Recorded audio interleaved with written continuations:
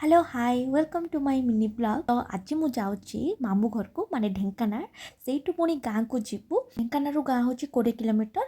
कौन पाइना सान अजा श्राद्ध भी थिला।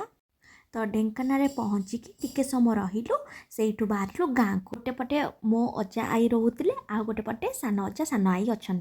जेहेतु समस्ते ढेंकानाल तो घर पूरा बंद अच्छी।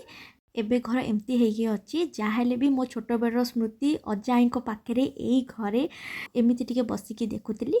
तापर बारीपट को जाइलु सेपटे गोटे कूटे अच्छी यू छोट बेले आई मौसी जिते पानी नियंती आमे दी भौणी सहित बाल्टी आमे तो गरा गरा टेकी पारिबुनी तो बाल्टी पानी नहीं जाऊ।